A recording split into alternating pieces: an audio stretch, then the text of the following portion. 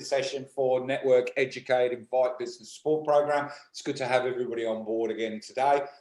We've got 14 people in the room. That's pretty good for a miserable, wet Wednesday afternoon in New South Wales.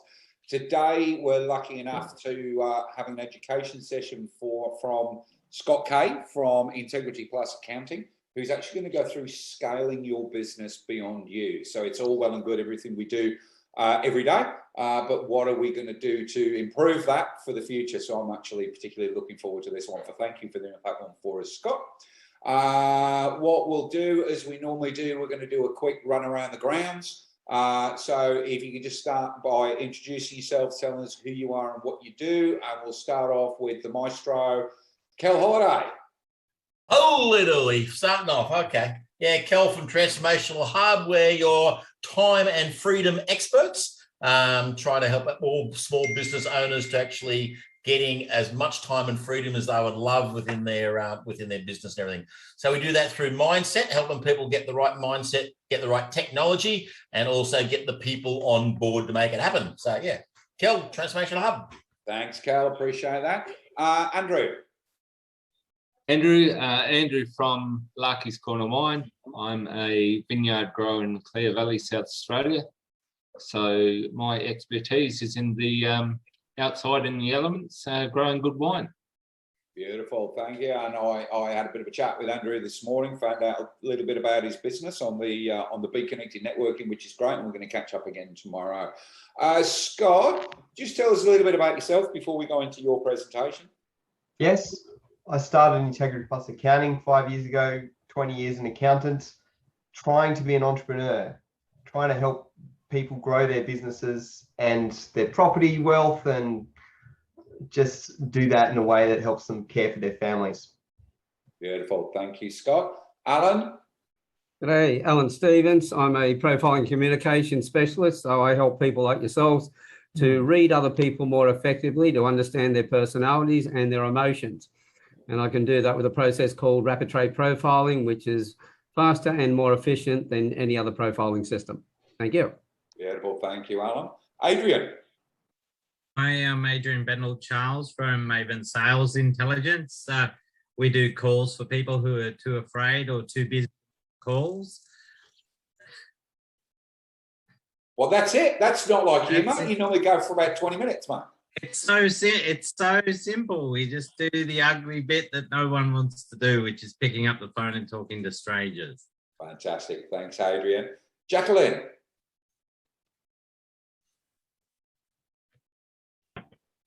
Thanks, Jason. I'm Jacqueline Price. I'm a consultant with ACN.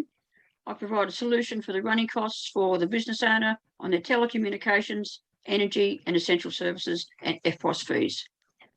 Beautiful. Save us money. It's what we're all looking for. Fantastic. Absolutely. All right, John. Good afternoon, guys. My name is John. I'm also an IBO for ACN, but my full-time gig is a phone junkie for BBX. So if you guys need anything, send through a purchase request form. I'll do what I can to get you what you need. I didn't know you were an ICO, mate.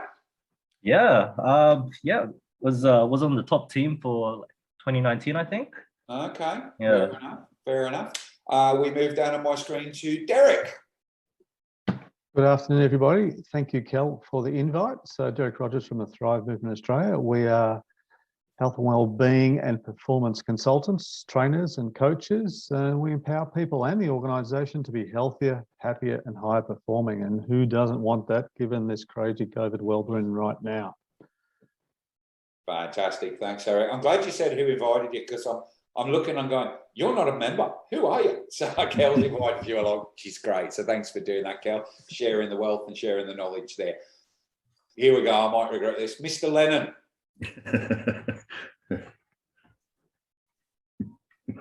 Well, first of all, John, there's a few ladies in the room. So it's hello, guys and gals or something, you know. Don't leave them out because they're very important.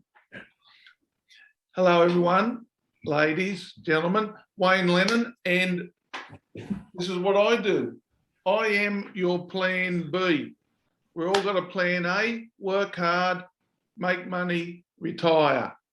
Well, what happens if you can't work hard because you get sick or injured and you can't work? you need some insurance in place to make sure you'll get the plan A. So that's what I do. I insure your biggest asset, your income insurance. Beautiful. Thank you. Thank you, Wayne. Jill, hello, Jill. Hello, everyone. Assalamualaikum warahmatullahi. I work with Jay as his virtual assistant. Yeah, so Jill's my VA that we affectionately refer to as Stevie. So if you ever hear me say contact Stevie, it's actually Jill you're going to be talking to. Phil. Oh, good afternoon, everyone. I'm Phil Moore from Phil Moore Designs. G'day, Wayne. I'm your professional graphic designer. I also love to create animations and 3D designs. I love to help businesses stand out with design and animation. Beautiful. Thank you, Phil. Ben. That's my name. Good afternoon, everybody. Ben Mackey from Scribe Copywriting. I help clients to perfect their marketing message and attract new leads more easily while they get their time back. The ideal referral for me is anybody. Nah, mate. This is not the networking part. All right. Okay, mate. Networking's on a Wednesday morning. Mate, there are strategic partnerships in place that I have to be extremely careful about people asking for referrals outside that network. But I would like to just throw up there that Ben has been one of my copywriters for a number of years. He's absolutely exceptional at it and gave us a fantastic presentation last week on how to make your copy say wow. And it was really good. So thank you very much, Ben. And I'm sorry to have cut you off like that, but I'm sure you can understand that we don't ask for referrals in this one. All right. Alison.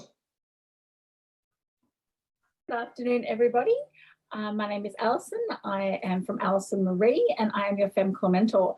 I help female business owners and entrepreneurs to understand themselves on a soul level to help increase their productivity, their mindset, and to get the most out of their business and their home life and themselves.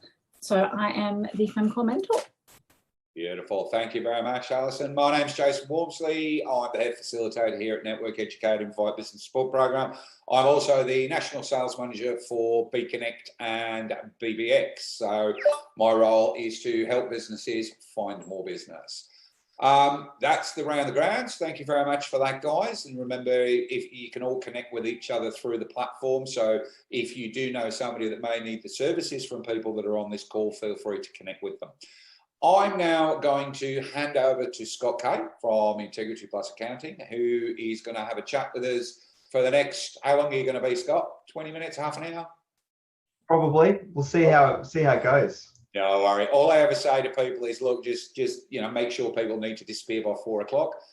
Don't be like Todd was from Zip It and keep going and keep going and keep going. People have appointments at 4, mate. So, look, without much ado, Scott, all yours, mate. Thanks very much. And I wanted to do this slightly differently in that we're all experts. I'm the one talking, but I really welcome contributions. So what I'm going to do is I've got in the chat there, I've got a link to my broad base of what I'm going to talk about. And at the end of each section, I might say, what's your number one tip in marketing or so on. So I welcome you to add something into my notes if you want me to say something, or I welcome you to, you might not want to interrupt me to interrupt the flow, but if you do feel like you want to jump in and say something, I welcome that. This is not just a presentation, this is a conversation. So what I want to talk about is, I can see a number of people have jumped into the document. That's fantastic. What I view as the pillars of marketing is, pillars of business, is a few different elements. And there's a number of books down the bottom of the Word document, like Good to Great. There's just a number of people that go through this methodology. The formula there, revenue equals traffic times conversion rate times purchase frequency times average order value. That really comes about from marketing and sales. And so I wanted to go through that quickly and just offer a few pointers from each of these kind of areas, and also get some of your best pointers. Is that all right? Thank you. So one of the best things I heard about marketing is that when you get on the phone to someone or you get an email from them or whatever it is, one thing you ask is, where did you hear about me? And they might not be able to answer that directly. They might be like, oh, look, it's just Google. Then you might not know whether it's Google Ads or Google Search. You might not know exactly what it is. And they might give you some name of some person that you don't even know. They're not a customer. You don't know where that person came from. But I do think it's very interesting to follow that question, because then you can identify what actually works with your marketing. The old school method I heard is someone said, look, you just have a piece of paper and you tally down on the piece of paper what the key sources of your marketing are, networking, which you might specify into the groups that you're part of, have it like, reviews on Google Search, Facebook, whatever it is. Then you might have particular affiliates who send you business, but the point is, or generally from customers. So the point is that whenever someone rings, where did you hear about me? And then you put that down.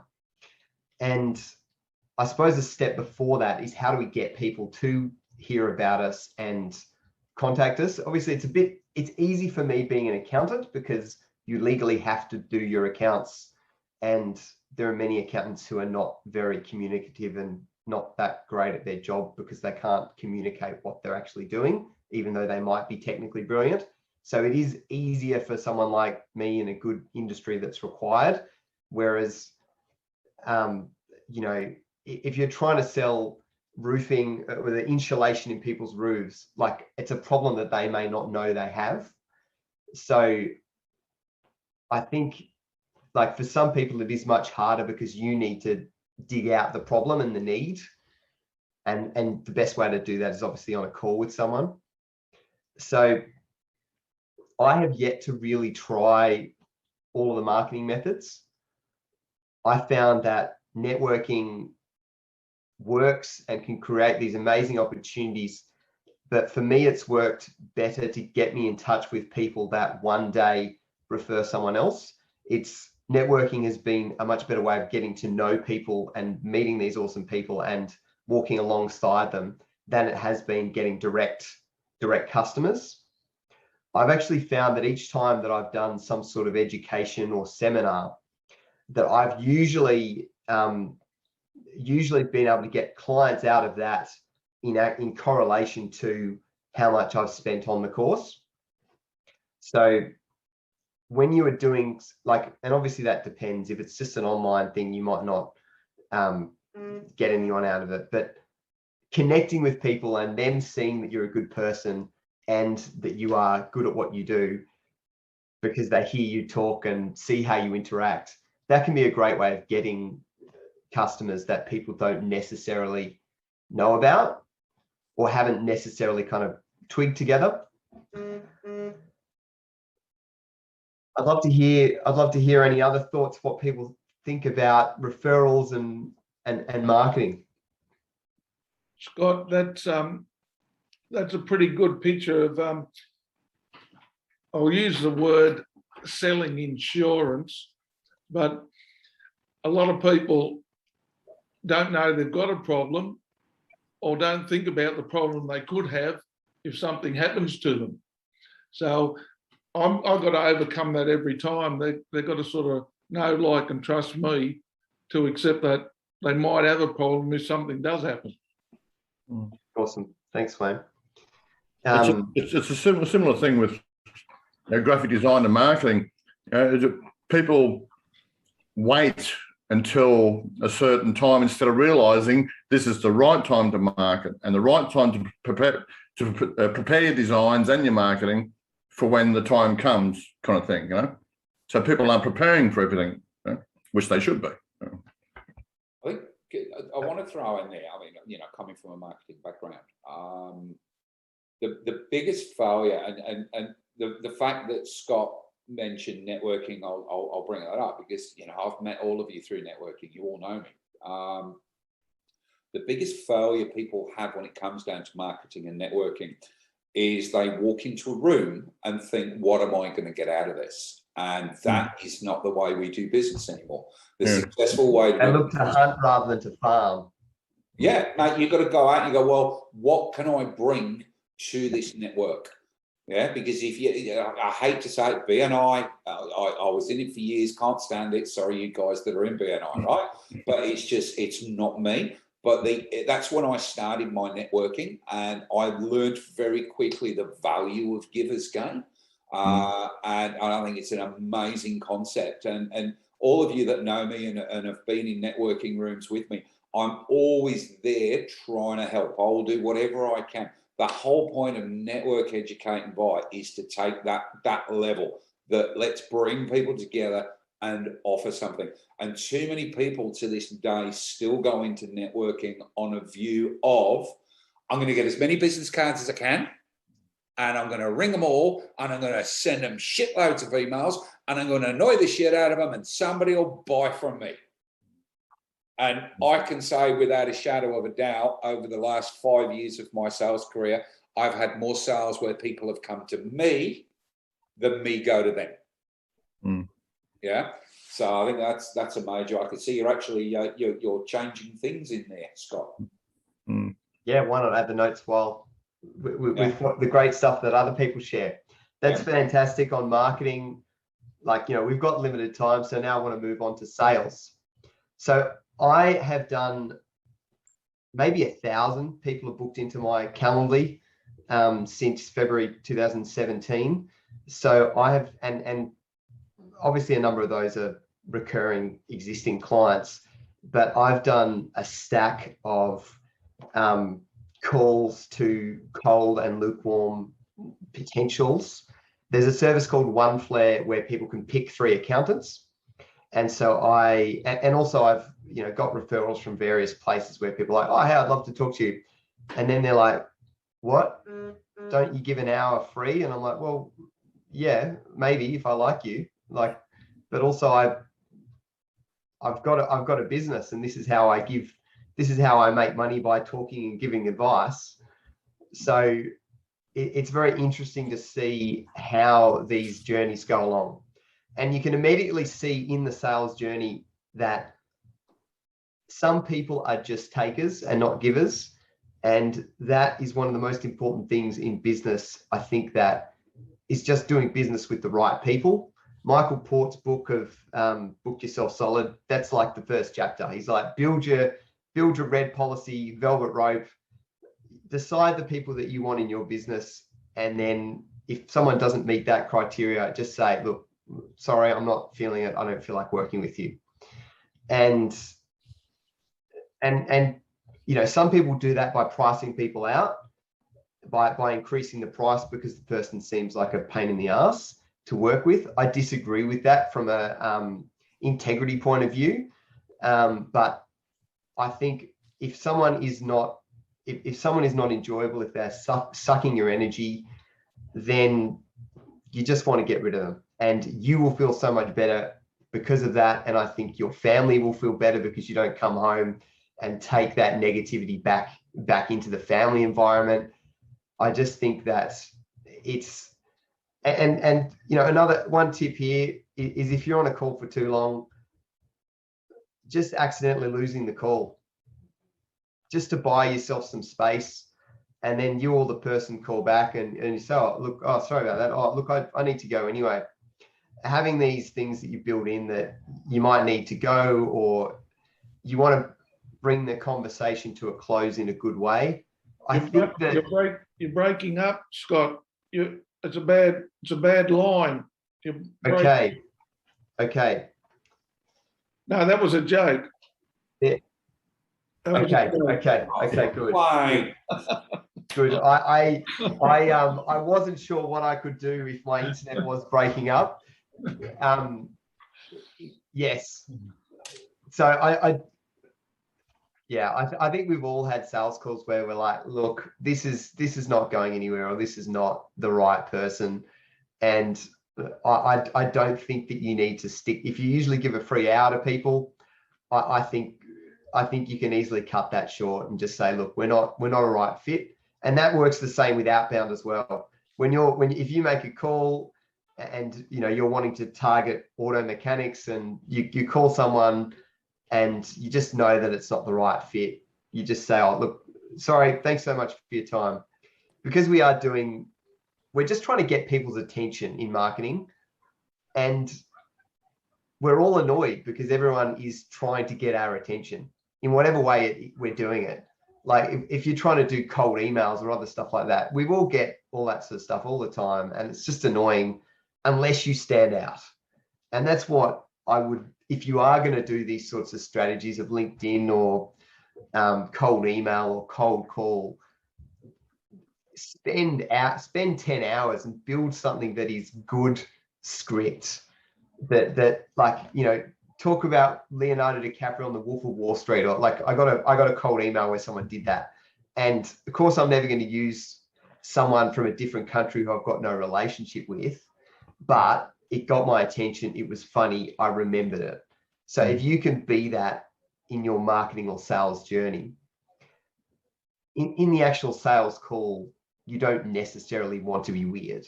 You just want to be professional, because if someone calls me as an accountant, they're not expecting to necessarily hear about my sausage dog Rufus. This is Rufus, by the way. But you want to be personal to the point that it's still professional. But generally, people are looking for a guide. I heard a great business coaching session where they're like, look, you want to make the customer the hero, and you be their guide, you be their Yoda, you be the one that is guiding them through. Did people have any other thoughts on sales? I agree with you completely. You've got to pick your customers. There are customers that you do not want, because if you get a customer that's going to be way too high maintenance, or a customer that is going to drive your price down so much, it's going to take you 5 or 6 new customers to be able to recoup the cost and the time of what you have lost by dealing with one customer. It's your old, type A, type B, type C customer scenario. So I think you're spot on with that one, Scott. That sometimes you do have to just walk away from a sale, which it's difficult. But it makes your job very unpleasant too by having that, So you want to enjoy what you're doing. You don't want to have to. I've had plenty of those, where people just wasted hours and hours of my time for bugger all money, and you try and avoid it, but I still get the odd one, But yeah, but you're right. Like you're saying, I think Ben was saying last week, that like when you're marketing, like tell a bit of a story kind of thing, especially with posts and copyright and stuff like that. Yeah. Anyone else? Yeah. Well, when I have a conversation with somebody, or going to meet with somebody, I've already lined it out that we're meeting to find out whether we can work together, whether there's a connection, and giving that person an opportunity to say to me, no, I can't work with you, and I have the same opportunity to say to them. Put it up front. Don't use substitute, what do you call the crap lines or anything else. Just be honest with the person. Say, look, I don't think we're a great fit. Thanks very much for the call. Move on. Yeah. Well, it's your time too, So yeah, your time's valuable. My time's valuable. Obviously, you're probably like me. You've realised that we're not going to fit in this situation. Been great meeting you. Thanks very much. Yeah, absolutely. Done. That's it. And people respect you for that. Yeah. I was just going to say one handy thing I do find, if you're dealing with somebody who's trying to talk you down on price, that sort of stuff, you give the price and then they try to squirm around it, that sort of stuff. You can just say, look, that was a quote, not a negotiation, and they can take it or leave it. Yeah. I especially in design, I get it. I get it a fair bit, and I'm still in my first few years in business, and I'm learning now that that's the price. That's it. Yeah, that's it. Yeah. That's it. Tell them, yes, I can give you a service at that price, but it's not going to be the best quality. If you want the best quality, this is the price, and this is what I'm doing for you. Yeah. If you want a bloody great standard, this is what you're paying. So. That's it. Yeah, you want great value, you pay this price. You want lesser value, then there's other people you can find out there who'll do it for cheaper, but you're not going to get these guarantees. If you've had the right conversation with them, they've already found out their needs and why they want this in the first place, and you're selling to that, the emotional thing behind their wants and needs. Yeah. If they're trying to cut down on that, then they're telling you that they're definitely not somebody you want to work with. Yeah, exactly. Yeah. Price is one of the biggest yes negotiations that I get. I'm not a service, I'm a wine, I'm a product. You go to the likes of Dan Murphy's or BWS, so that's, and being just a small grower, it's always people come to you about the price. So what I'm trying to do is focus away from the price, which is a bit of a challenge in the wine game. I think there's also, when we come to that sale, there is a strong mentality, because a lot of stuff's bought online these days, so they can choose and get it. A lot of people are looking for the 14-day trial. So they're looking for that try before you buy sort of mentality. It's very strong in the marketplace, but the reality is that there's a cost involved in that. And I had a client, just the other day, a person come in and said, look, I'd like to interview the people. I'd like to be able to do this. I'd like to be able, like, we're talking about hours and hours and hours worth of work. And I said, no, you commit. If you do your research, you commit to moving forward. Here's our contractual arrangement, and you pay for the recruitment process. And he said, no, I've got other people who will do it for me for free. I want you to do it for free. And I said, no, I'm not going to. Just, I said, if you're obviously shopping on price, I said, I'm not competing on price. I'm not competing in that space. You either use me because of my reputation, because you got referred to me, and value. I will provide you the value. This is what I provide. If that's not what you want, that's okay. Go somewhere else. That's fine. Well, if somebody else is going to do it for free, then it's a case of, well, why are you here in the first place? Why are you wasting your time and your money? Go back and get it done there.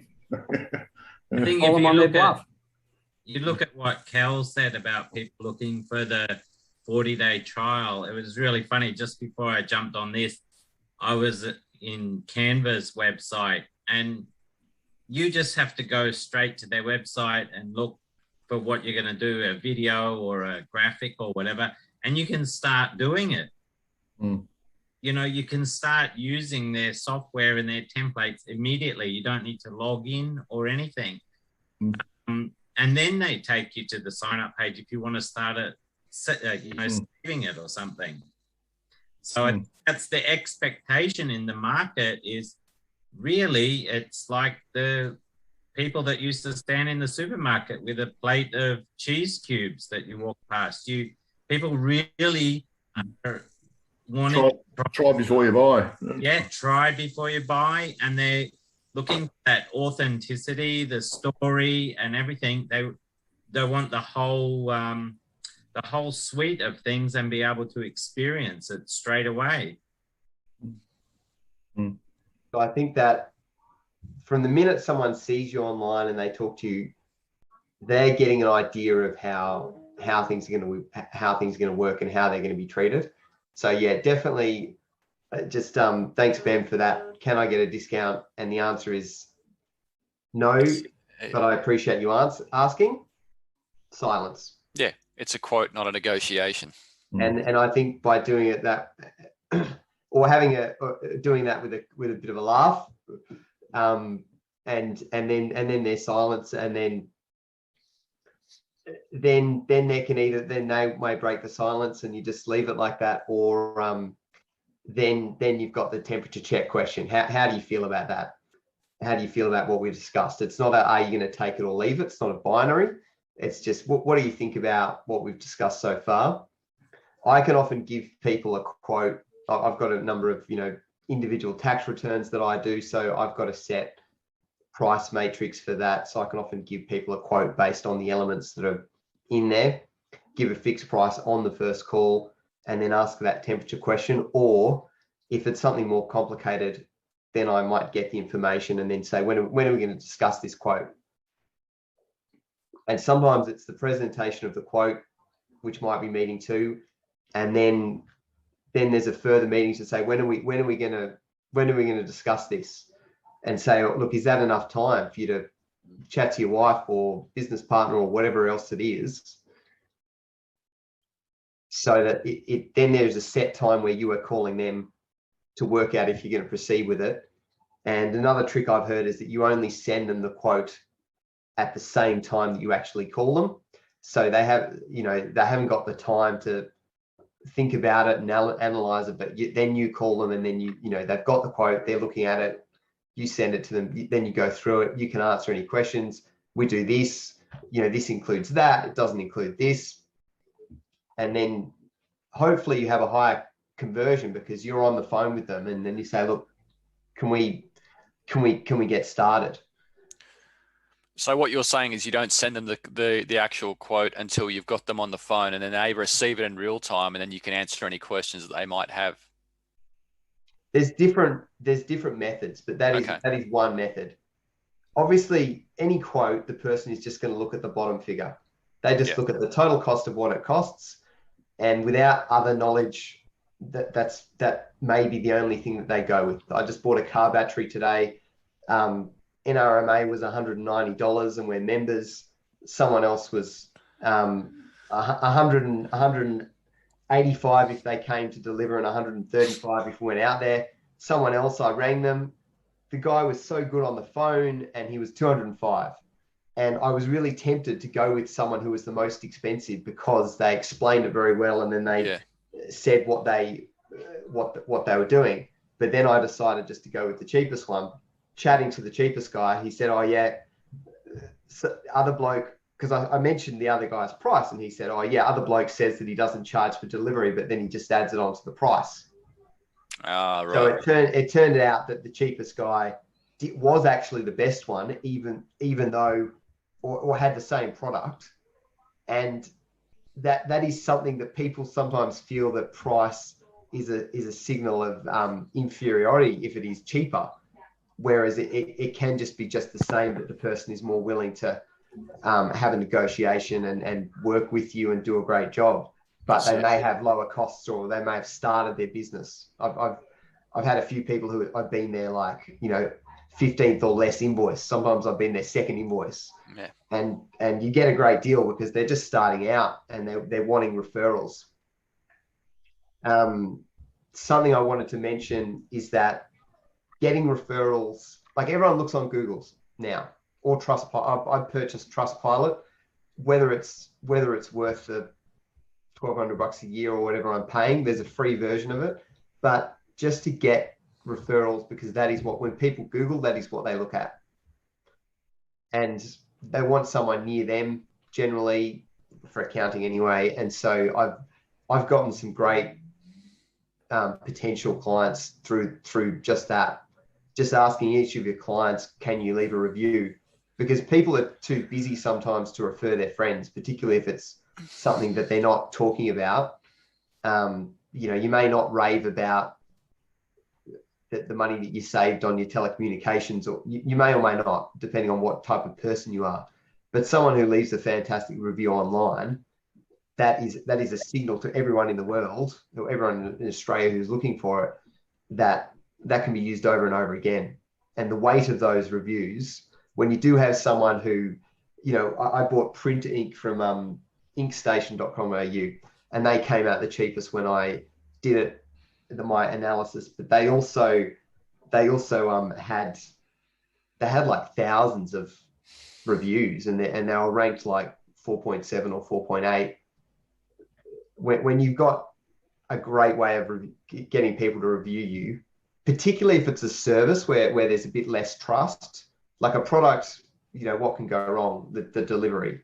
If you're a removalist or service-based, or there's a bit more like, oh, I'm not sure if the person is going to really help me. But if you have lots of people saying, no, yes, they're fantastic, they do a great job online, that really warms them up before they even speak to you.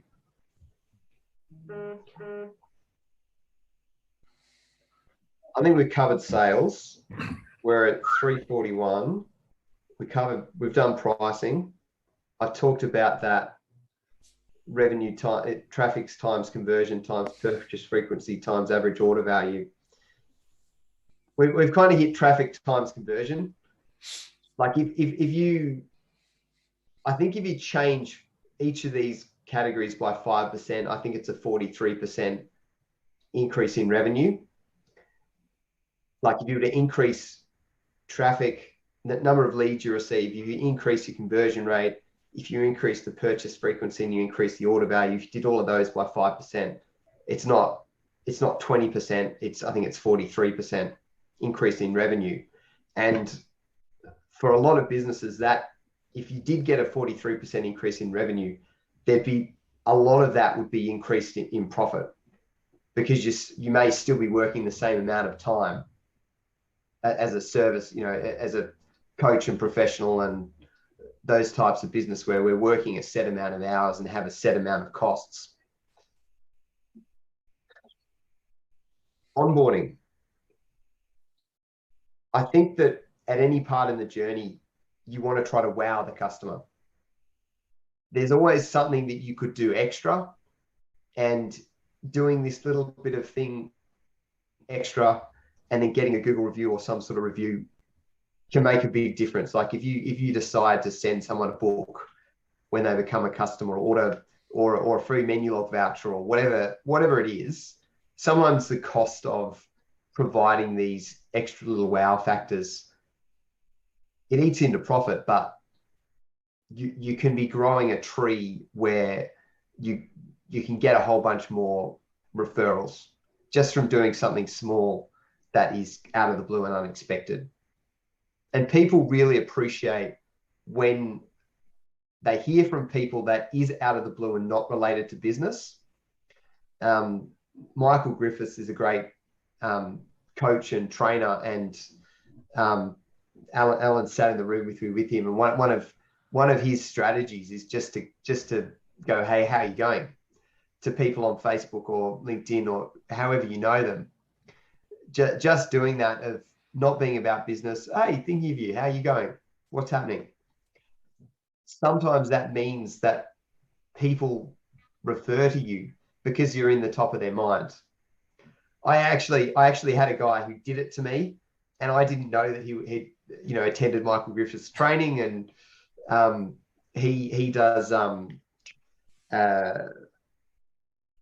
research and development grants, which is linked to accounting, but accountants don't often specialize in that. So he gets referrals from accountants. So he called me and he's like, oh, hey, just thinking about you, how you doing?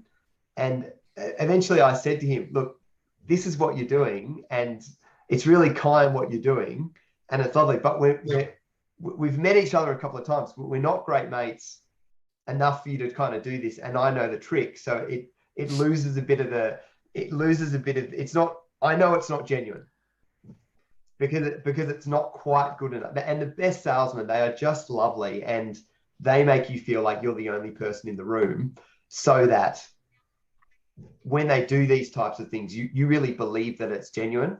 And it also can be genuine, but you can always have in the back of your head that being nice to people and being kind and givers gain, these things can come back. It can be good karma, just to look out for people. Jason's someone who does this to the nines. He just looks after people, and he's lovely to deal with and positive guy. And so then it makes you want to, reciprocity, I think it's called. It makes you want to give something back to him or give business to him or whatever it is, just because of who he is and how he deals with people. Yeah, can I say, if you build a relationship for the purpose of building a relationship, it works. If you're trying to build a relationship to sell to them, it won't work. That's where it comes back on you. Yeah, Alan, you're a bit of an expert. You're much more experienced than me in this sphere, with the number of people that I think refer to you, and you have built a number of these relationships with people. But as you said, you're right about Jason, because that's exactly how he works. He builds a relationship because he wants to build a relationship. Yeah. Oh, steady on, boys. I'll never get out the door of the office and keep going. God, your head's growing massive. The squares on the Zoom aren't big enough. I'll send the bill to you later, mate. Yeah, thanks, mate. I hope you take it in trade, sunshine. All right.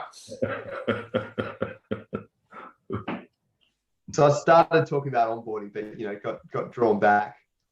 I think that if there's a welcome gift, if there's something that is slightly better than expected in accounting, in graphic design, in copywriting, like website design, sometimes there's a lot of pain that the person has to go through to be able to give us the material that we need to be able to provide the finished product.